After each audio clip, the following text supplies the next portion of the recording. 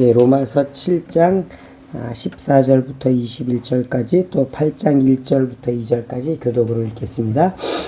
우리가 율법은 신령한 줄 알거니와 나는 육신에 속하여 죄 아래 팔렸도다. 내가 하는 것을 내가 알지 못하노니 곧 내가 원하는 것을 행하지 아니하고 도리어 미워하는 것을 행함이라. 만일 내가 원하지 아니하는 그것을 행하면 내가 이로써 율법이 선한 것을 시인하노니 이제는 그것을 행하는 자가 내가 아니요 내 속에 거하는 죄니라. 내 속 곧 내 육신에 선한 것이 거하지 아니하는 줄을 아노니 원함은 내게 있으나 선을 행하는 것은 없노라. 내가 원하는 바 선을 행하지 아니하고 도리어 원하지 아니하는 바 악을 행하는도다. 만일 내가 원하지 아니하는 그것을 하면 이를 행하는 자는 내가 아니요 내 속에 거하는 죄니라. 그러므로 내가 한 법을 깨달으니 곧 선을 행하기 원하는 자에게 악이 함께 있는 것이로다.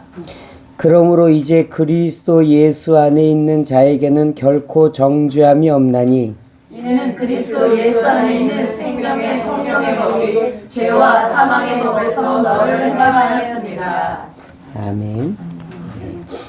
오늘 말씀을 보면은 죄가 죄를 짓게 한다라고 이야기해요. 죄가 내가 원하지 않는 악한 일을 하게 행한다고 이야기합니다. 이 말씀과 비슷한 말씀이 야고보서에 있는데 죄가 장성하고 자란다라고 표현하고 있어요. 죄의 속성이 죄가 자라는 거예요.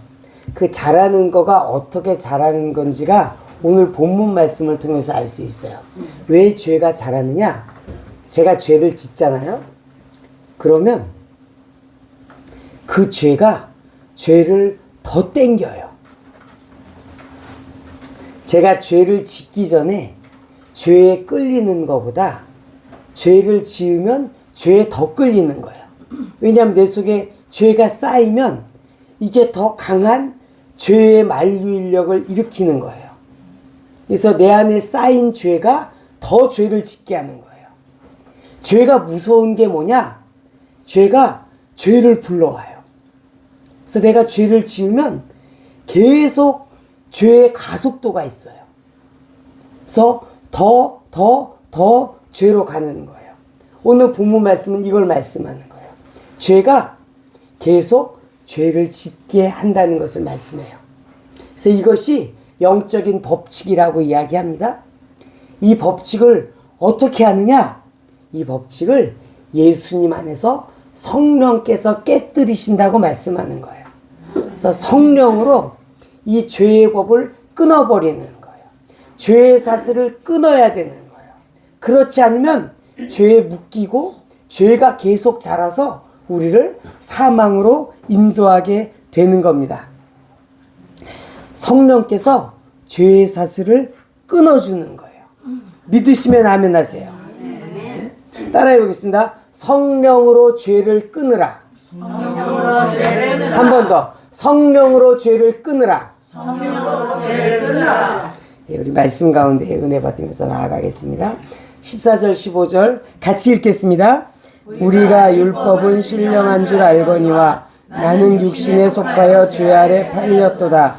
내가 행하는 것을 내가 알지 못하노니 곧 내가 원하는 것은 행하지 아니하고 도리어 미워하는 것을 행함이라. 율법, 하나님의 말씀은 이제 신령하다라고 되어 있는데 이 신령하다라는 의미는 영적인 것이라는 말씀이에요. 영적인 것. 그거에 반대되는 게 육신적인 거예요. 그래서 여기 보면 율법은 영적인 것이고 나는 육적인 것에 속했다라고 말씀하고 있어요. 그래서 영적인 것과 육적인 것이 대비되고 있습니다. 여기 육에 대해서 조금만 공부를 하고 갔으면 좋겠는데 이 성경에 보면은 육적이다라고 쓸 때가 있고 몸이라고 쓸 때가 있어요. 두 개가 달라요. 그러니까 몸은 어떤 거냐면은 몸은 사람을 구분할 때 영과 혼과 몸이 있다라고 할 때 영혼 몸으로 얘기해요. 이때 몸은 같이 중립적인 거예요. 무슨 뜻이냐면은 죄랑 연결해서 말하는 게 아니에요. 그냥 몸이에요. 영도 아니고 혼도 아닌 이 몸, 물질이 있는 오장육부가 있는 것을 몸이라고 이야기해요. 그게 몸이에요. 육신이라고 얘기하는 건 뭐냐면은 그 몸에 죄의 욕심이 섞인 것을 육신이라고 그래요. 그러니까 육신이라고 얘기할 때는 타락한 죄의 본성이 역사하는 것을 육신이라고 이야기합니다. 그래서 몸과 육신을 구분해서 성경에서 보시기를 바라요. 그래서 여기 지금 육신에 속했다라는 것은 몸을 이야기하는 게 아니라 그 몸에 속한 이 죄의 욕심, 죄의 소욕, 아담이 범죄한 그 원죄의 영향력 아래 있다라는 것을 이야기하는 거예요. 그래서 영적인 것이 율법이고 우리 몸은 그것이 아니라 육적인 죄의 소욕에 있다라고 이야기하고 여기 보면 죄 아래 팔렸다고 이야기합니다. 여기 팔렸다는 표현이 어떤 때 쓰이냐면은 노예로 팔린 걸 얘기해요. 노예로 팔렸을 때 이런 표현을 쓰는 거예요. 노예로 팔렸어요. 그러니까 우리가 죄한테 노예로 팔렸다는 거예요. 그러면 주인이 누구냐? 주인이 죄인 거예요. 그래서 죄가 우리 주인 돼서 죄 짓도록 시키는 거예요. 이게 이 표현인 거예요. 15절에 보면 내가 행하는 것을 내가 알지 못하노니 라고 되어 있는데 이제 이런 거예요. 나도 내가 왜 이러는지 몰라 이런 표현이에요. 내가 왜 이러지? 내가 왜 이래? 뭘? 내가 원하는 선은 안 행하고 도리어 미워하는 악을 행하고 있는 거예요. 나도 내가 왜 이런지 모르겠다는 거예요. 근데 그 이유가 뭐라고 얘기하냐? 내가 죄 아래 팔렸기 때문이라고 얘기하는 거예요. 죄가 주인 되는 거예요. 그래서 내가 주인인 줄 알고 살고 있는데 사실은 내가 주인인 게 아니에요. 여러분 오해하시면 안 돼요. 내가 주인인 것 같죠? 그러면 죄가 주인인 거예요. 하나님이 주인인 것 같아야 죄가 주인이 안 되는 거예요. 하나님이 주인 안 된 사람은 죄가 주인인 거예요. 죄한테 노예로 팔려 있는 거예요. 그래서 자기가 주인 된 줄 알고 살아요. 근데 인생 끝날 때 보니까 그게 아니었네. 죄가 주인이었네. 죄가 하고 싶은 대로 내가 하기 싫은 죄를 짓게 하였구나 라고 말씀하고 있는 거예요. 여러분 죄 짓기 좋아하시는 분 아멘 하세요? 할렐루야. 아무도 안 계시네요. 너무 신실하신 성도님들이랑 같이 예배드려서 기뻐요. 우리 죄 짓고 싶은 사람 없잖아요. 근데 우리는 문득문득 죄 짓고 있는 우리를 봐요. 또는 자주 보는 사람들도 있어요. 사실은 자주 그 가운데 있어요. 왜 그러느냐? 우리가 죄의 노예로 살고 있다는 얘기예요. 계속 읽겠습니다. 16절 17절 읽겠습니다. 만일 내가 원하지 아니하는 그것을 행하면 내가 이로써 율법이 선한 것을 시인하노니 이제는 그것을 행하는 자가 내가 아니요 내 속에 거하는 죄니라. 말이 복잡한데 그러니까 내가 죄를 짓기 원하지 않는다는 거예요. 16절 말씀 이런 뜻입니다. 내가 죄를 짓기를 원하지 아니하는데 그걸 보니까 여러분 죄 짓기를 원하지 않잖아요. 그게 무슨 뜻이냐면은 율법이 역사하고 있다는 거예요. 율법이 선하다는 거예요. 내가 율법을 거스려서 해가고 싶지 않다는 거예요. 그게 요 말씀인 거예요. 원어적으로 풀면은 율법이 선한 것은 어떤 뜻이냐면 내가 죄를 짓고 싶지 않다는 것을 이야기하는 거예요. 그걸 보니까 율법이 선한 거예요. 내 선한 양심과 율법의 선한 것이 겹치는 거예요. 여러분 죄 짓고 싶지 않으시잖아요. 근데 죄를 짓고 있는 거예요. 원하지 않는데 죄를 짓고 있어. 왜 그러냐? 17절에서 명확하게 말씀합니다. 그것을 행하는 것이 내 속에 있는 죄라고 말씀하는 거예요. 내 속에 있는 죄가 원하지 않는 악한 것을, 율법이 금한 것을 행하고 있다는 거예요. 죄가 죄를 짓고 있는 거예요. 죄가 죄를 땡기고 있는 거예요. 근데 이 17절 말씀을 뒤에 보겠지만 반복해서 말씀합니다. 뒤에서 보면서 다시 보겠습니다. 그래서 죄가 죄를 행한다. 18절 19절 같이 읽겠습니다. 내 속 곧 내 육신에 선한 것이 거하지 아니하는 줄을 아노니 원함은 내게 있으나 선을 행하는 것은 없노라.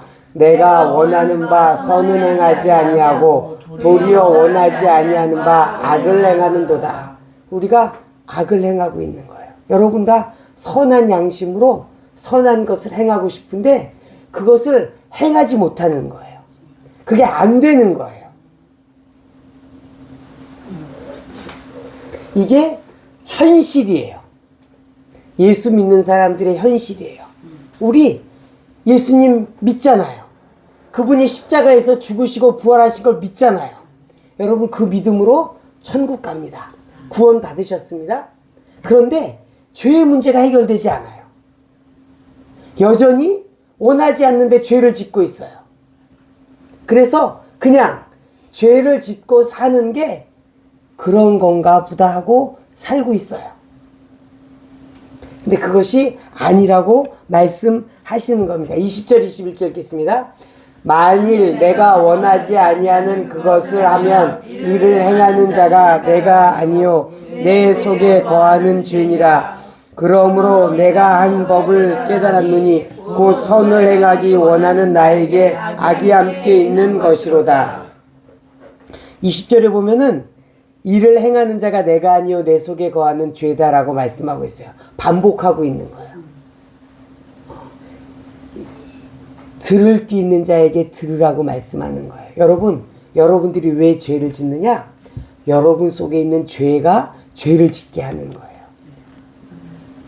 그래서 안 짓고 싶은데 그냥 죄를 짓게 되는 거예요. 여러분 여기 볼펜이 있습니다. 볼펜을 제가 놓으면 어떻게 될까요? 떨어지죠. 볼펜은 그 자리에 있고 싶어도 떨어져요. 왜 떨어져요? 예, 만유인력의 법칙으로 지구가 땡기고 있어요. 죄가 이런 거예요. 뭐냐면 죄가 계속 땡기는 거예요. 내 속에 죄가 있어서 계속 더 죄를 짓도록 땡기고 있는 거예요. 이게 우리의 현재 상황인 거예요. 이게 모든 믿는 자에게 주어진 하나님이 주신 게 아니라 이 우리와 죄와 이 선한 일의 이 관계인 거예요. 그래서 죄가 우리를 죄로 끌어당겨요. 만유의 인력처럼 끌어당겨요. 여러분 이 볼펜을 제가 들고 있습니다. 이 볼펜을 제가 평생 들고 있을 수 있을까요? 못해요. 언젠간 놓겠죠. 그러면 얘는 땅바닥에 가서 붙어 있는 거예요. 뭐냐면 죄가 이런 거예요. 내가 10분 또는 1시간 또는 하루나 일주일 참을 수 있을 수도 있어요. 기를 쓰고 참아보는 거예요. 이번에는 죄를 안 지으리라. 근데 계속 끌어당기는 거예요. 그래서 언젠가 보면 또 그 죄에 달라붙어 있는 거예요. 또 그 죄를 짓고 있는 거예요. 만유인력처럼 쉬지 않는 거예요. 우리 안에 있는 죄가 계속 땡기는 거예요. 그러면 어떻게 하느냐? 그것을 로마서 8장 1절 2절에서 말씀하고 있습니다. 그 전에. 그래서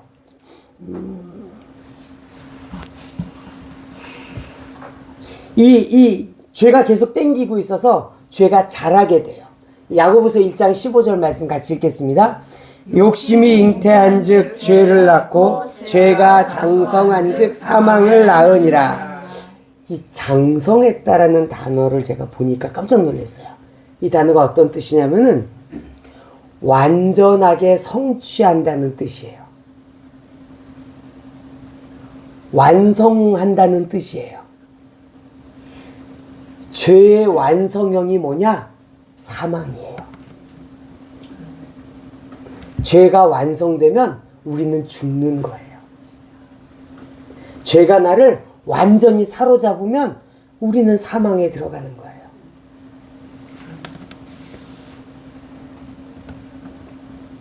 그래서 이 죄가 점점점 자라요. 죄가 죄를 땡기고, 죄가 죄를 땡겼어요. 그래서 죄가 하나 더 들어왔어요. 그러면 땡기는 힘이 더 세지죠. 그럼 또 땡겨요. 또 땡겨요. 이게 죄의 가속도예요. 죄의 무서운 점이에요. 내가 한번 죄에 굴복하면 그 다음에는 더 힘들어요. 더 이기기가 힘든 거예요. 그래서 여러분들이 지금 오늘 끊어야 돼요. 내일은 더 힘들어요. 이번만 죄 짓고 끊지 그 다음엔 더 힘든 거예요. 이게 죄의 원리적인 법칙인 거예요. 내 속에 죄가 커지면 더 센 힘으로 죄를 끌어당기는 거예요. 그래서 죄가 자라나는 거고, 그게 무럭무럭 자라나면 사망으로 들어가는 거예요. 그러면 이 죄의 가속도를 어떻게 멈추느냐? 이 가속도를 멈추는 브레이크가 있어야 되잖아요. 그 브레이크가 성령이라고 말씀하시는 거예요. 로마서 8장 1절 2절 같이 읽겠습니다. 그러므로 이제 그리스도 예수 안에 있는 자에게는 결코 정죄함이 없나니 이는 그리스도 예수 안에 있는 생명의 성령의 법이 죄와 사망의 법에서 너를 해방하였음이라. 성령의 법이 이것에서 해방시키는 거예요. 이게 끊어지지 않는 사슬이었는데 이걸 성령께서 끊으시는 거예요. 예수 안에서 성령께서 끊으시는 거예요. 예수님은 십자가에서 우리의 죄값을 치러주셨어요. 그래서 여러분들의 죄값이 치러졌어요. 그래서 하나님께서 여러분한테 죄값을 요구하지 않으세요. 왜냐하면 치러졌으니까. 여러분이 하나님 앞에 섰을 때 저 예수 믿었어요. 저 예수 믿어요. 라고 할 때 하나님이 여러분에게 죄값을 요구하지 않으세요. 왜냐하면 치러졌어요. 치러졌어요. 하나님이 야 그건 그거고 나한테도 또 죄값을 내. 아니에요. 예수님이 죄값을 치르려고 십자가에서 죽으셨어요. 그래서 우리의 죄값은 치러졌어요. 그런데 오늘 말씀을 보니까 내 속에 있는 죄가 계속 역사해서 또 죄를 짓게 하는 거예요. 그것은 예수님의 사역이 아니라 성령께서 사역하시는 거예요. 그것을 끊어내는 게 성령의 역사예요. 예수님은 우리의 죄값을 치러주셨고 그 죄가 내 삶 가운데 역사하는 권세를 끊는 것은 성령의 사역이에요. 오늘 말씀을 이렇게 얘기하는 거예요. 성령의 법이 죄와 사망의 법에서 우리를 해방했다는 거예요. 예수 안에서 이 십자가의 그 공로 안에서 성령께서 오셔서 이제 죄의 값이 치러졌을 뿐만이 아니라 그 죄 아래서 팔려서 죄의 노예로 살던 우리를 해방시키신다는 거예요. 여러분은 죄의 노예가 아니에요. 성령 안에서. 성령 안에서. 이래서 성령이 중요한 거예요. 예수님의 이름으로 구원받습니다. 예수님의 이름으로 지옥 가지 않아요. 그런데 성령의 법이 우리 가운데 역사하지 않으면 여전히 우리는 죄의 노예로 팔려갖고 죄가 시키는 대로 원하지 않는 죄를 짓고 먹고 그 안에 살게 되는 거예요. 그러면 그 성령의 법이 어떻게 역사하느냐? 로마서 8장 4절에서 말씀합니다. 같이 읽겠습니다. 육신을 따르지 않고 그 영을 따라 행하는 우리에게 율법의 요구가 이루어지게 하려 하심이라. 이 율법의 요구가 이루어진다는 얘기는 무슨 뜻이냐면은 말씀을 따라 살 수 있게 해준다는 뜻이에요. 율법의 요구가 말씀이 우리에게 요청하는 대로 행할 수 있게 해주는 거예요. 그게 성령이에요. 결국 우리는 말씀대로 살아야 되는 거예요. 여러분, 복음은 복음은 말씀대로 살라는 거예요. 물론 말씀대로 살아야 구원받는다는 것은 아니에요. 구원은 정확히 예수 믿는 사람이 받습니다. 예수 믿으면 구원받는 거예요. 근데 그 구원의 과정은 순종의 과정이에요. 말씀에 순종하는 과정이에요. 여러분, 말씀에 순종하지 않는 사람 매우 위험합니다. 말씀과 따로 사는 사람 매우 위험해요. 이 사람들은 솔직히 마귀의 타겟이에요.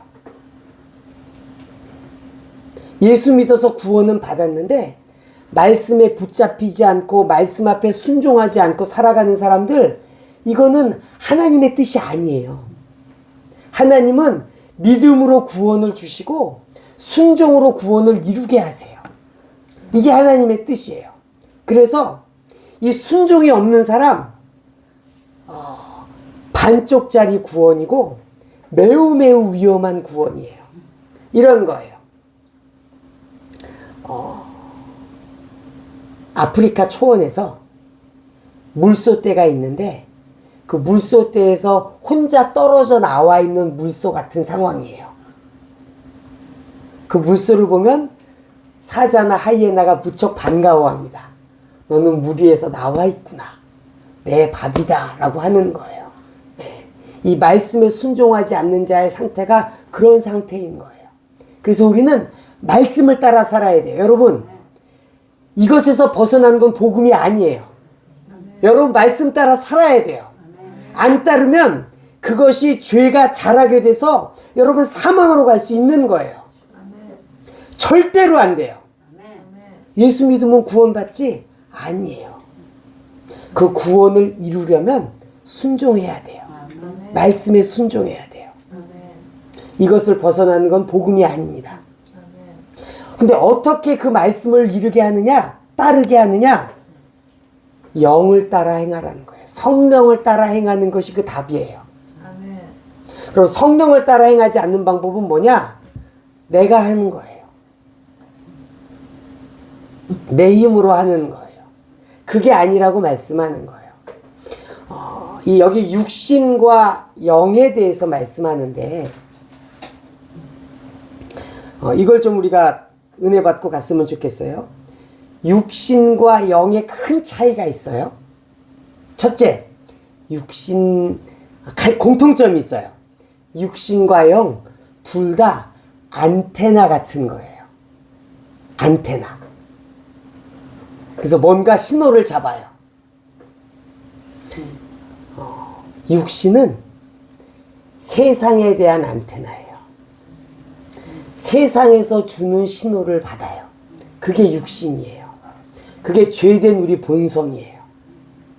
그래서 세상의 자극을 받아들이고 세상의 이 신호를 받아들여서 죄로 달려가게 하는 게 육신이에요. 영은 뭐냐면은 하나님에 대한 안테나예요.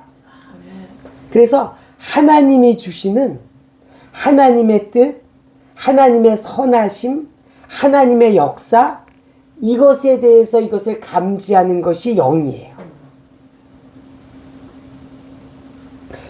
그래서 영은 내 안에 있어서 이 육신의 자극으로부터 오지 않는 소원이 생기는 거예요. 이 육신은 세상의 자극으로부터 오는 욕심을 줘요. 그래서 내가 보는 거, 내가 만나는 거, 내가 듣는 거, 내가 접하는 세상의 것들로부터 오는 경우들이 많아요. 영으로부터 오는 거는 내 속에서부터 올라오는 소원 같은 거예요. 내가 이렇게 살면 안 되는데, 내가 믿음 가운데서 살아야 되는데, 내가 이 죄를 벗어버려야 되는데, 내 안으로부터 나오는 거예요. 세상의 자극으로부터 들어오는 게 아닌 거예요. 그것들을 따라 행하라는 거예요. 그게 성령께서 주시는 것이라는 거예요. 그래서 어떻게 말씀을 따라 행하느냐? 내 힘으로 행하려고 하는 것들 나쁘지 않아요. 말씀 지켜야지. 그러나 안 돼요. 왜냐하면 하나님이 그렇게 설계를 안 하셨어요. 그것에 대한 증거가 구약의 이스라엘 백성이에요. 여러분, 구약의 이스라엘 백성들이 말씀을 잘 지켰습니까? 못 지켰습니까? 못 지켰어요. 그 사람들이 나보다 악할까요? 선할까요? 죄송하지만 저보다 선한 것 같아요. 죄송하지만 유대인들이 나쁜 사람이 아니에요. 그 사람들은 성경을 외워요. 엄마가 이 젖먹이 때부터 해가지고 다 외워요. 제대로 된 가정에서 태어난 애들은 성경을 다 외우는 거예요. 시편을 다 외우는데 4시간 정도 걸린대요. 유대인들이 얘기하는 거예요. 시편을 그냥 통으로 다 외워요. 얼마 걸려요? 4시간 조금 더 걸려요. 이렇게 얘기하는 거예요. 그래서 그런 사람들이 유대인이에요. 근데 그 사람들도 말씀을 지키는 걸 실패했어요. 안 됐어요. 그럼 어떻게 되는 거냐? 이 말씀인 거예요. 성령을 따라 행하라는 거예요. 말씀을 우리 힘으로 지키는 게 아니라 성령을 따라 행하라고 말씀하시는 거예요. 그게 하나님이 정한 방법이에요. 여러분, 성령 없이 말씀을 지키시려고 하면은 여러분들 지금 구약의 유대인 뒤에 줄 서는 거예요. 예수님의 이름으로 죄는 사함 받았어요. 죄값은 치러졌어요. 구원은 받으실 거예요. 그러나 여러분의 삶의 열매는 구약 유대인과 안 다를 거예요. 계속 넘어지고 결국은 선한 열매를 못 거둘 가능성이 매우 높습니다. 이 로마서 8장에 보면 4절에 영을 따라 행하라고 그랬잖아요. 이게 여기만 나와 있는 말씀이 아니에요. 갈라디아서에도 같은 말씀을 하십니다. 같이 읽겠습니다. 내가 이르노니 너희는 성령을 따라 행하라. 그리하면 육체의 욕심을 이루지 아니하리라. 이거는 한 군데만 성경에서 말씀하는 게 아닌 거예요. 성령을 따라 행하라는 거예요. 그럴 때 우리 육체, 이 죄된 본성을 따라서 그 욕심을 따라 행하지 않게 된다는 거예요. 답은 성령을 따라 행하라는 거예요. 우리 힘으로 안 된다는 거예요. 여러분, 이 말씀을 믿으시기 바랍니다. 이 말씀을 믿어야 돼요. 내가 왜 안 되나? 나는 선을 행하고 싶은데 왜 죄를 짓고 있지? 하나님께서 성령을 따라 행하라고 그랬는데 그렇게 안 하니까 안 되는 거예요. 성령을 따라 행하지 않으니까 육체의 욕심을 이루고 있는 거예요. 어떻게 육체의 욕심에서 벗어나느냐? 성령을 따라 행하라는 거예요.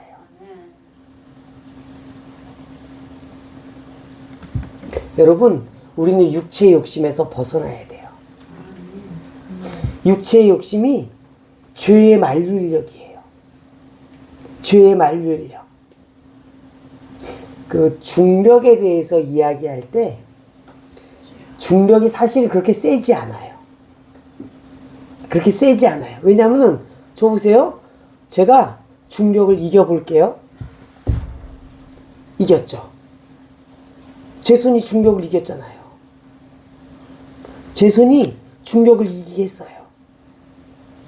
근데 중력의 무서운 건 뭐냐면은 쉬지 않는 거예요. 쉬지 않아요. 꾸준하게 계속 당기는 거예요. 육체의 욕심이 그런 거예요. 육체의 욕심이 계속 당겨요. 여러분들이 잠깐 여러분의 마음을 지킬 수 있어요. 그런데 이 계속 땡기면 어느 순간 넘어가 있는 거예요. 어느 순간 실족하고 죄가 우리 삶 가운데 들어오게 되는 거예요. 이게 무서운 거예요. 그것을 성령을 통해서 끊어내는 거예요. 여러분, 성령이 우리 삶 가운데 있어도 되고 없어도 되고가 아니에요. 성령이 없는 사람은 죄의 만류인력 가운데 있어요.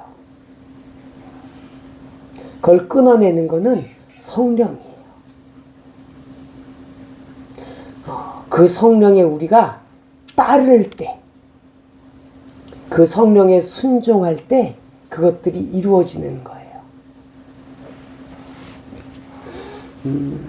그래서 이 성령에 대한 약속에 대해서 조금 말씀 보고 은혜 받기를 원합니다. 누가복음 24장 49절에는 예수님께서 부활하신 후에 제자들을 만나서 제자들에게 성령 받도록 예루살렘에 계속 머물러 있으라고 하신 말씀입니다. 같이 읽겠습니다.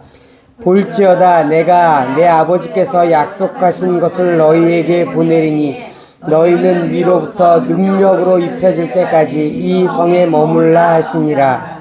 내 아버지께서 약속하신 것을 너희에게 보내리니, 이 약속하신 것이 성령님입니다. 하나님께서 약속하셨어요. 성령을 보내주겠다. 그래서 예수님께서 부활하셔서 하나님 우편으로 올라가셨잖아요. 거기 가서 하신 일이 뭐냐면은 성령을 보내주신 거예요.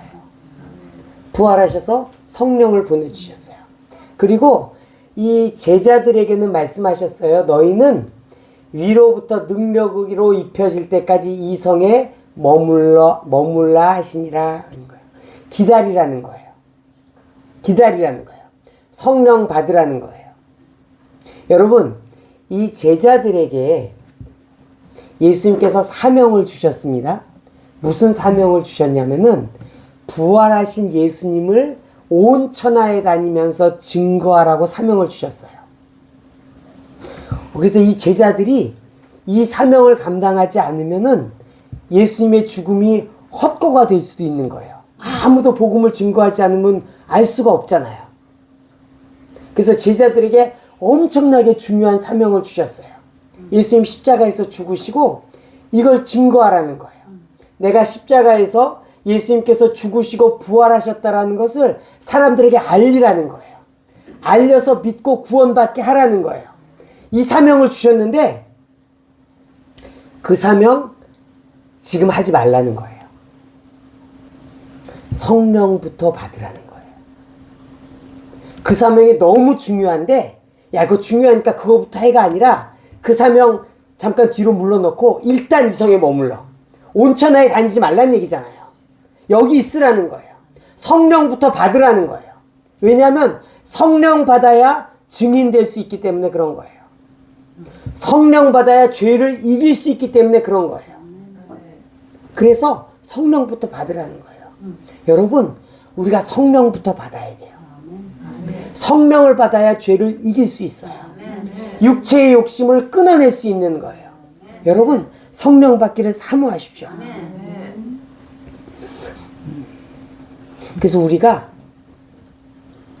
이 선한 양심이 우리 안에 있기를 축복해요. 여러분, 죄 짓고 여러분 마음이 고통스러워야 돼요. 죄를 졌는데 내 마음은 평안해. 죄를 졌는데 내 마음은 아무렇지도 않아. 이게 무서운 거예요. 무서운 거예요. 죄를 졌을 때, 여러분들이 어렸을 때 부모님이 하지 말라고 한 큰 잘못을 했다고 생각해 보세요. 그럴 때 부모님을 보면 여러분 마음이 어떻습니까? 평안하십니까? 많이 불안하십니까? 많이 불안하고 크게 혼날 것 같고 막 그렇잖아요. 근데 우리 마음은 죄를 지어도 괜찮네 이런 마음도 없지 않는 것 같아요. 그때 엄마 아빠가 혼낼 거를 두려워했던 만큼도 안 될 때도 있는 것 같아요. 그럴 수도 있지 뭐. 다 그렇게 사는 거 아닌가? 안 그래요. 사단이 속이는 거예요. 우리의 양심이 깨끗하고 선하시기를 축복해요. 그래서 그 선함으로 이 성령을 사모하시기를 바라요. 죄를 끊어낼 다른 방법은 없어요. 여러분의 힘으로 안 돼요. 그냥 머물러 있어서 되는 게 아니에요. 예수님께서 약속해 주신 말씀대로 이 하나님께서 약속하시는 것을 받을 때까지 기다리고 그 앞에 머물러 있어야 되는 거예요. 하나님 내게 성령을 주세요. 성령을 주셔서 나로 육체의 욕심을 끊어낼 수 있게 해주세요. 내가 이제 원하지 않는 죄를 더 이상 짓고 싶지 않아요. 이제 죄에서부터 해방되기를 원해요. 죄가 내 주인 되는 게 아니라 하나님이 내 주인 되기를 원해요. 그러면 성령 받아야 되는 거예요. 안 받고는 안 되는 거예요.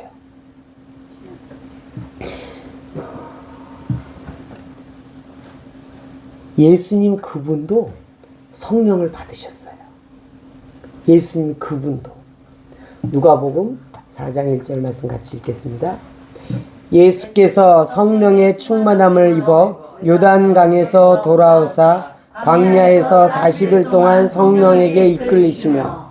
그래서 예수님도 성령의 충만함을 받으셨어요. 언제? 세례 받을 때. 세례 요한할 때 세례 받으셔서 성령이 충만해지셨어요. 성령에 충만해지시니까 성령께서 이끌고 다니시는 거예요. 성령에게서 이끌림 받아서 가시잖아요. 우리가 성령 충만 받아야 돼요. 그럴 때 성령의 이끌림을 받는 거예요. 육체의 욕심의 이끌림에서부터 벗어나는 거예요. 그래서 예수님께서 성령 충만 받으신 것처럼 우리도 성령 충만 받으라고 말씀하십니다. 같이 읽겠습니다. 술 취하지 말라. 이는 방탕한 것이니 오직 성령으로 충만함을 받으라. 우리에게도 말씀하시는 거예요. 예수님께서 성령 충만 받으신 것처럼 우리도 성령 충만 받으라는 거예요. 성령 충만 받으십시오. 받으십시오. 그럼 어떻게 받았는지 몇 가지 사례를 통해서 살펴보도록 하겠습니다. 첫째는 기도하는 거예요. 아까 그 사도행전 누가복음에 이제 하나님께서 약속하신 성령을 줄 테니까 기다려라, 이성에 머물러라고 한 말씀을 받은 사람들이 뭘 했냐면은 이걸 한 거예요. 사도행전 1장 14절 말씀드린 거예요. 같이 읽겠습니다. 여자들과 예수의 어머니 마리아와 예수의 아우들과 더불어 마음을 같이하여 오로지 기도에 힘쓰더라. 기도해야 되는 거예요. 성령 충만 받으라고 그랬으니까 주시겠지 해서 주시지 않더라고요. 성령 충만을 위해서 기도했어요. 성령 받기를 위해서 오로지 마음을 같이 해서 오로지 기도에 힘쓸 때 결국 오순절에 성령이 임한 거예요. 그래서 기도하셔야 돼요. 여러분 성령 충만을 위해서 기도하십시오. 하나님 제게 성령을 충만히 부어주십시오. 하나님이 약속하신 거잖아요. 하나님이 약속했잖아요. 주지 않으려고 그런 게 아니에요. 하나님의 꼽을 쳐놓은 성령을 우리가 빼앗아오려고 그런 게 아니에요. 주시기 원하려고 약속해 주신 거를 하나님 제게도 부어주세요. 오순절 제자들에게 부어주신 것처럼 제게도 주세요. 우리에게 기도할 수 있어요. 기도할 때 주시는 거예요. 또 회개하고 죄사함을 받을 때 성령을 받았습니다. 사도행전 2장 말씀 같이 읽겠습니다. 베드로가 이르되 너희가 회개하여 각각 예수 그리스도의 이름으로 세례를 받고 죄사함을 받으라. 그리하면 성령의 선물을 받으리니. 그래서 이 죄의 문제가 있어요. 그래서 회개하고 죄사함을 받으라는 거예요. 그럴 때 성령의 선물을 받는다고 말씀합니다. 여러분 우리가 죄 가운데 계속 머물러 있으면 성령 받기 힘들어요. 성경에 보면 성령을 소멸한다는 표현도 있어요. 결국 성령 소멸하는 게 죄예요. 말씀에 불순종하는 것이고 내 마음대로 행하는 것들이 성령을 소멸시키는 거예요. 그래서 죄를 해결해야 돼요. 그래서 회개하고 그 다음에 죄를 떠나셔야 돼요. 우리가 해야 돼요. 의지적으로 해야 되는 거예요. 말한 대로 성령께서 오셔서 그것을 더 강하게 역사하시고 완전케 하실 거예요. 온전케 하실 거예요. 그런데 내가 그냥 널브러져 있어서 되는 게 아니에요. 회개하고 하나님께 예수님께 죄사함을 구하고 그래서 죄가 사해졌을 때 성령께서 약속으로 임한다고 말씀하는 것입니다. 사도행전 10장에 보면 고넬료가 성령 받는 장면이 나오는데 같이 읽겠습니다. 그에 대하여 모든 선지자도 증언하되 그를 믿는 사람들이 다 그의 이름을 힘입어 죄사함을 받는다 하였느니라. 베드로가 이 말을 할 때 성령이 말씀 듣는 모든 사람에게 내려오시니 43절에 보면 그가 예수님입니다. 예수님에 대해서 모든 선지자가 증언했습니다. 예수님을 믿는 사람이 예수님의 이름을 힘입어 죄사함을 받습니다. 예수님의 이름으로 죄사함을 받잖아요.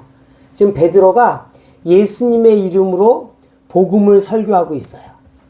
예수님이 구원하십니다. 예수님의 이름으로 죄사함을 받습니다. 예수님이 구약에서 약속하신 하나님이 보내신 사람입니다. 그리스도입니다. 이걸 설교하고 있었어요. 그랬더니 성령이 임했어요. 이건 어떤 뜻이냐면은 성령께서 하시는 일을 보여주는 거예요. 성령께서 무슨 일을 하시냐면은 성령이 하시는 아주 중요한 일은 뭐냐면은 예수님을 증거하는 거예요. 예수님을 증거하는 거예요. 그러니까 우리를 죄의 욕심에서 끊어지게 하시는 일도 하지만 성령님의 가장 중요한 사역은 예수님을 증거하는 거예요. 그래서 베드로가 예수님을 증거하는 설교를 하잖아요. 그랬더니 성령께서 도장을 찍어주는 거예요.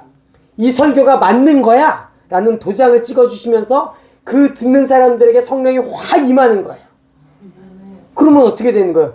그 말씀이 맞구나. 정말이네? 예수님이 하나님의 구원자이시구나 라는 걸 증거하기 위해서 그 복음 가운데 성령이 임하시는 거예요. 그래서 성령께서 이렇게 임하시는 거예요. 성령은 복음 증거할 때 임하십니다. 그래서 이 복음이 말로만 복음이 아니라 성령의 능력의 복음인 거를 말씀해 주시는 거예요. 진짜라는 걸 보여주시는 거예요. 그리고 또 성령은 안수할 때 임합니다. 같이 읽겠습니다. 그들이 내려가서 그들을 위하여 성령 받기를 기도하니 이는 아직 한 사람에게도 성령 내리신 일이 없고 오직 주 예수의 이름으로 세례만 받을 뿐이더라. 이에 두 사도가 그들에게 안수함에 성령을 받는지라. 이제 초대교회 때 사마리아에 이제 복음이 전파됐습니다. 그래서 15절에 그들이 내려가서 그들은 두 사도 베드로와 요한입니다. 베드로와 요한이 내려가서 그들을 위하여 그들은 사마리아에서 예수님을 믿은 사람들이에요. 사마리아에서 예수님을 믿은 사람을 위해서 성령 받기를 위해서 기도하고 안수했어요. 그럴 때 성령을 받았어요. 근데 여기 15절에 보면 베드로와 요한이 내려가서 그들이 성령 받기를 위해서 기도했어요. 기도했다고 되어 있잖아요. 성령이 임했습니까? 안 임했습니까? 안 임했어요. 기도했어요. 하나님, 이 사마리아 교회 성도들에게도 성령님이 임하게 하여 주옵소서. 성령님을 보내주십시오. 기도했어요. 그런데 성령이 안 임했어요. 언제 임하냐? 17절. 이에 두 사도가 안수할 때 임해요. 안수할 때 성령을 받잖아요. 그래서 기도할 때 성령 받기도 해요. 근데 안수할 때 성령이 임하기도 하는 거예요. 이건 기도하면 안 임한다라고 할 것까지는 아니고 이 15절부터 17절까지는 기도해서 안 임하면 안수하라는 거예요. 기도해서 임하면 좋아요. 아까 봤잖아요. 오순절 때 기도하다 성령 받았잖아요. 그래서 기도해서 받으면 좋은 거고. 근데 기도해서 안 받아지면 또 안수도 하는 거예요. 그래서 안수가 하나님께서 정하신 성령이 부어지는 통로예요. 그래서 여러분 이게 하나님이 정하시는 거예요. 무슨 얘기냐면은 제가 여러분께 안수하고 성령님 임하도록 기도하는데 제가 특별해서 그걸 하는 게 아니라 이 말씀에 순종해서 하는 거예요. 말씀에 순종해서 하나님 이 말씀대로 안수할 때 성령이 임하게 하여 주옵소서. 그래서 제가 특별해서 성령이 임하는 것이 아니고 하나님의 약속대로 여러분에게 성령이 임하도록 기도하고 안수하는 것입니다. 그래서 여러분, 우리가 해야 될 일이 있어요. 그게 뭐냐면 사모해야 돼요. 사모해야 돼요. 그리고 이것이 없으면 안 될 것 같이 사모하셔야 돼요. 여러분, 성령 없이 여러분 살아가는 게 어떤 거냐? 육체의 욕심을 따라 살아가는 거예요. 성령 없이 살아가는 것, 육체의 욕심 따라 살아가는 거예요. 다만 은혜로 예수님을 믿음으로 구원의 표딱지는 받았어요. 딱지는 받았어요. 구원 딱지는 받았어요. 그런데 여전히 죄의 노예로 살아가는 거예요. 여전히 육신의 노예로 살아가는 거예요. 이거 어떻게 끊을 거예요? 성령으로 끊어주신다는 거예요. 성령이 오셔서 끊는다는 거예요. 여러분 끊어야 돼요. 끊어야 여러분들이 하나님께서 주신 사명을 감당할 수 있는 거예요. 죄의 종이 되고 육신의 종이 돼갖고 어떻게 그 사명을 감당하겠어요? 얼마간 하겠죠. 얼마간 사명을 감당할 수 있어요? 근데 여러분들이 그 죄의 욕심에 넘어지는 걸 보고 많은 사람들이 또 시험 들어요. 교회 와서 왜 힘듭니까? 김집사, 박권사 때문에 힘들잖아요. 예수 믿는 사람이 왜 저래? 왜 그러냐? 예수 믿고 구원 받았어요. 그런데 성령께서 그 안에 오셔서 그 사람을 주장하지 않으니까 여전히 육신의 욕심대로 사는 거예요. 여러분, 사모하십시오. 성령을 쫓아 사는 삶을 사모하세요. 그게 우리를 변화시키는 거예요. 이거 놓치지 마세요. 이거부터 하셔야 돼요. 다른 기도보다 제일 중요한 게 이 기도예요. 예수님이 제자들에게 말씀하잖아요. 복음 전파하는 것보다 이게 더 중요해. 성령부터 받고 복음 전파라고 말씀하시잖아요. 여러분, 성령 받으셔서 육체의 소욕을 끊어내고 죄가 여러분을 주인 돼 갖고 좌지우지하는 게 아니라 성령이 여러분의 주인 돼서 여러분들을 인도하고 여러분들을 이끌어 가시기를 예수님의 이름으로 축복합니다. 아멘. 우리 바치신 예물 위해서 기도하고 또 기도하고 기도 받도록 하겠습니다. 끊어졌네요. 끊어졌어요?